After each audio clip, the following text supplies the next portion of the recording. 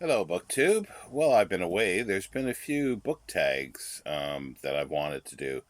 So I'll do a few here. I'll post them, hopefully not all at once, but we'll see.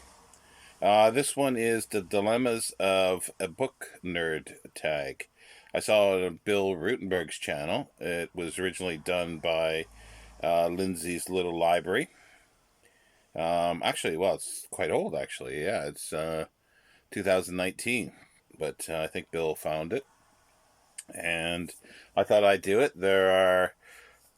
She has 10 dilemmas. Dilemma one is book storage. How do you store and organize your books? Uh, well, I tried to do it on bookcases, but I've accumulated so many earlier this year that I've got some piles of books, so I have to reorganize things, put up other bookcases, um, and reorganize them. So they should be on shelves, and then they're by subject because mostly it's nonfiction. So as you can see here, there's a big section, and this whole section is actually going to be three bookcases are going to be books about books and literature, that type of thing. At the moment, I've only got almost two books cases, but it's going to be the other one. The other one is my transport, British transport. For lack of a better word, it's stuff on roads, um, carriages, conveyances, but only up to sort of First World War One, and there's canals, trains, and boating, and shipping, but coastal shipping mostly. And then I've got essays. I got an essay collection. I got a bit of a science collection. I got film. I've got British history and other history, sort of smaller sections. London is a big section. I've got some biography, but a lot of times biography gets mixed up in other areas, depending on whose biography it is. Um, see what else, and within all those, there's usually subsections as well. That are divided down to, and then I got fiction. I got a big poetry section. Again, that's divided down, or should be divided down into periods. Um, and then yeah, fiction. And then I got the classics. My penguins are sort of all together, and I'm trying to grow that penguin collection as well, slowly. But that's how I store them and organize my books. Ultimately, it would be nice to have enough space so I can organize slightly different, because I would like to go through history with like a literature type, and have cultural books mixed in with the literature and history of the time.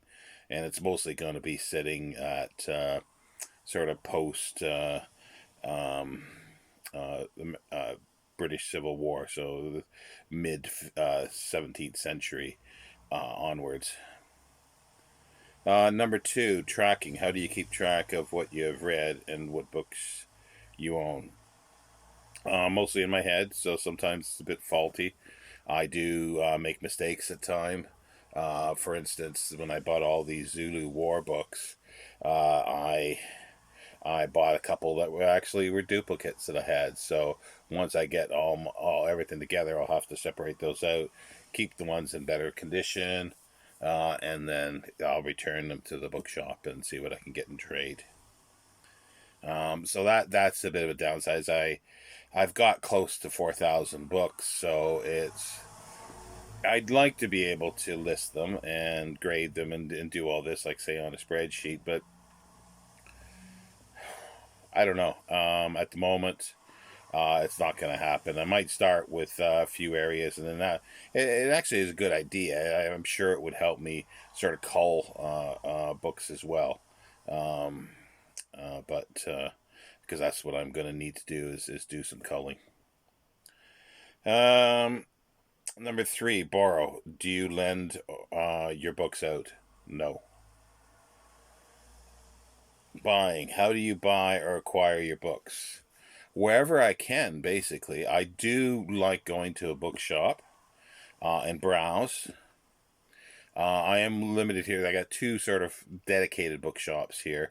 An Oxfam bookshop, so it's a charity bookshop, which I don't get to very often. And then I've got a really, really good secondhand bookshop that has a lot of variety, gets a lot of new stuff in generally, but it doesn't always have exactly what I want.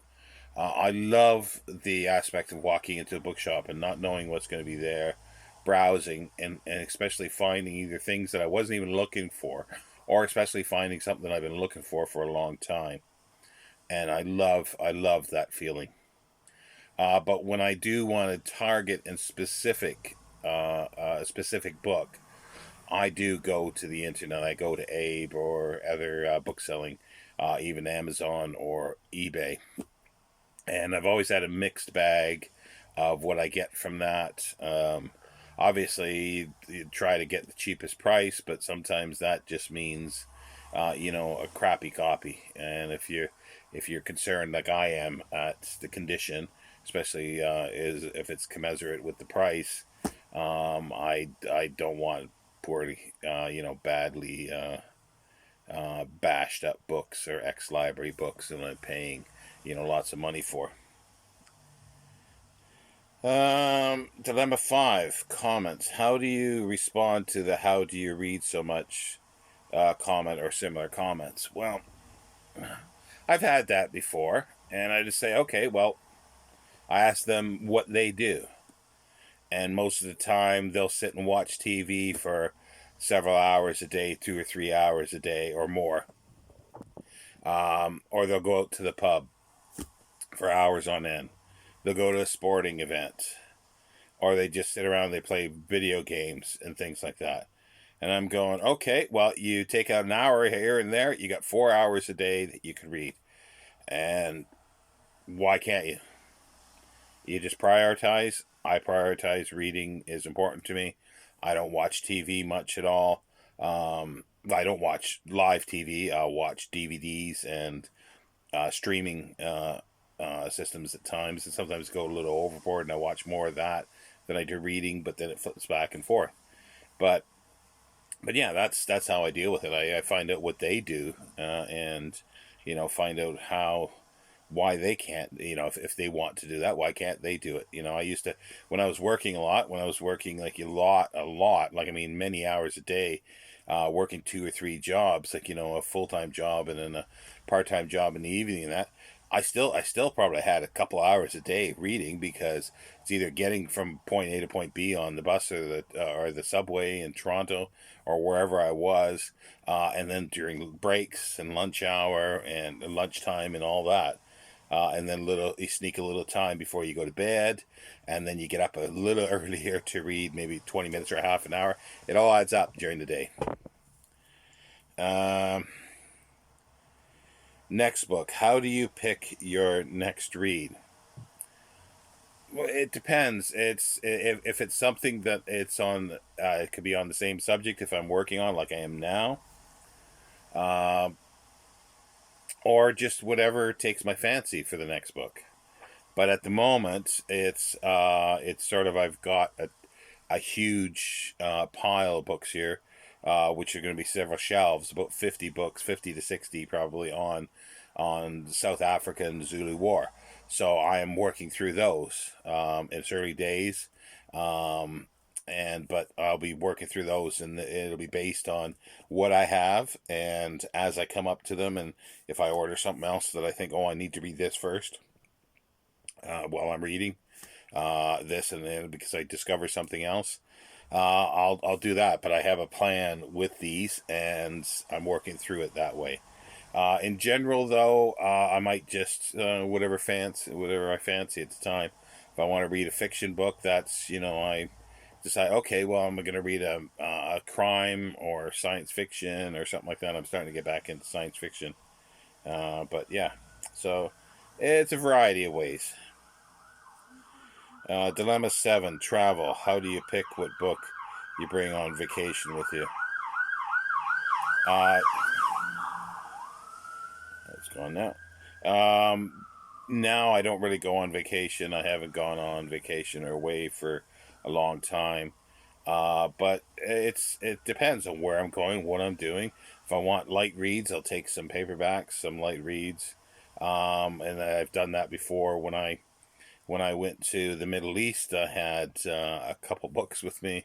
Um, I had Herodotus's histories, and I had Erskine Caldwell's Georgia Boy, and uh, yeah, I had a few books with me, and that's what I took in and reread all the time. Um, Dilemma 8. Uh, Annotate. Do you write or highlight or mark up your books in any way? Not at all. If I do need to write something down, I write it on a pad or a notebook. Dilemma 9. New or backlist? Which do you prefer? New releases or backlist books? Uh, can be both. I generally like older studies of books. I because I find that a lot of times they haven't been done again or as well. But then there are times that they are done as well. But I'd still like older books to a certain extent. New books are fine when I can get them. Um, and like most of these on the Zulu War that I'm reading are all what I consider new. They're all within the last 20 years.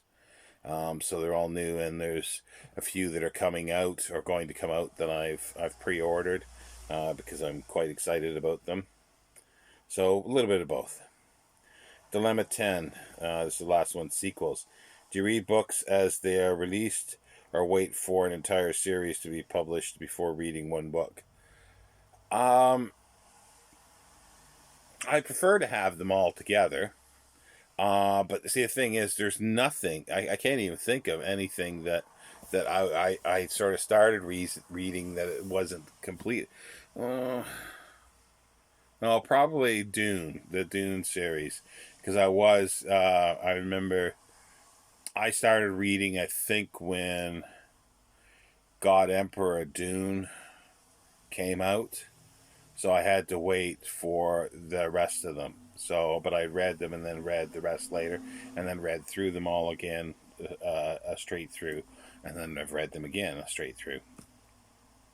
That's probably it. I think when I read Isaac Asimov's sort of full Foundation series, like the from Robots all the way to Foundation and Earth, I might have had to wait to Foundation and Earth to come out the first time I read it. But I think that's it.